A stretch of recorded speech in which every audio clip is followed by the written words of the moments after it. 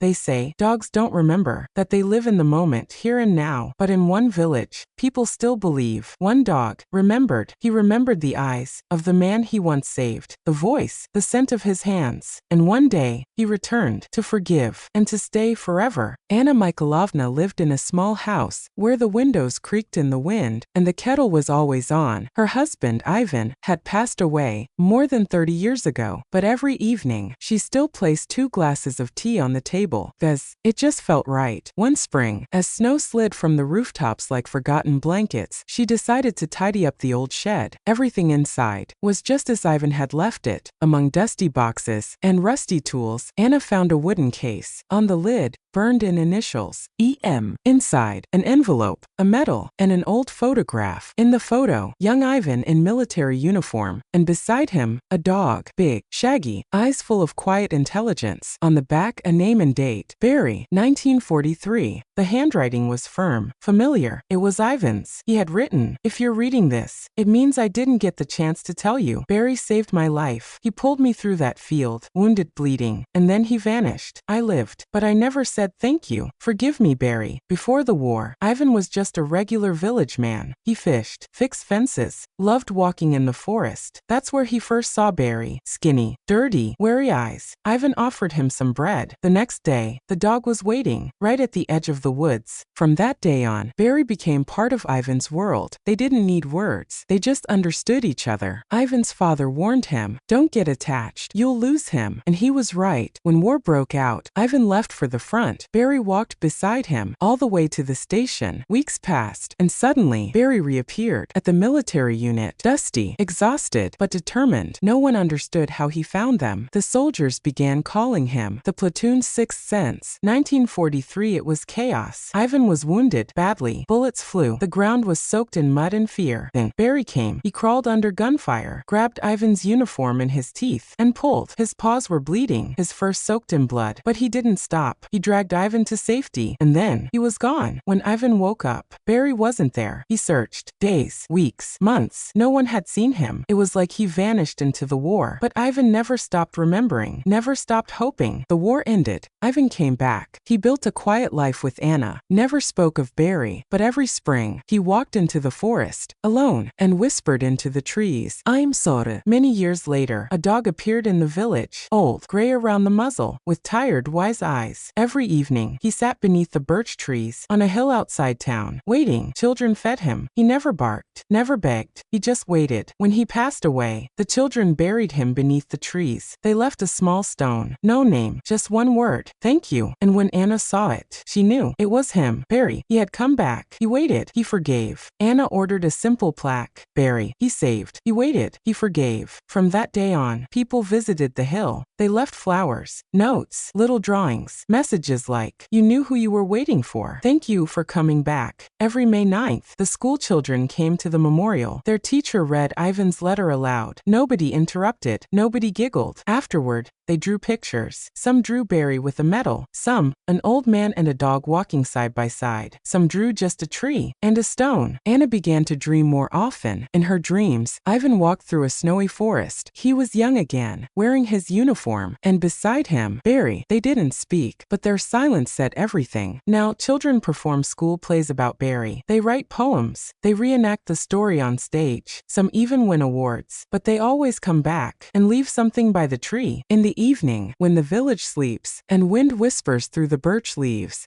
you can hear footsteps, soft, measured, a quiet breath behind you, a warmth near your side. It's not fear, it's memory. Now letters rest on the memorial, tucked into little envelopes, written by small, careful hands. "You're my hero. I never met you, but I love you. Thanks for saving my grandpa. Barry, I'm waiting for someone too." Anna is gone now, but the story remains. In drawings, in songs, in the stone beneath the birch. Each spring, new faces appear, old souls return, and no one leaves unchanged. One boy once asked, "What if he hadn't come back?" And the grandmother smiled. "Then, we would have forgotten." But he did. And now, we remember. And if one warm spring day, you find yourself in that village, and hear breathing in the rustling leaves, don't be afraid. It's him, the one who remembered, the one who never left. Maybe, you'll remember someone too, and smile through tears. because the truest ones never really leave, they stay with us forever.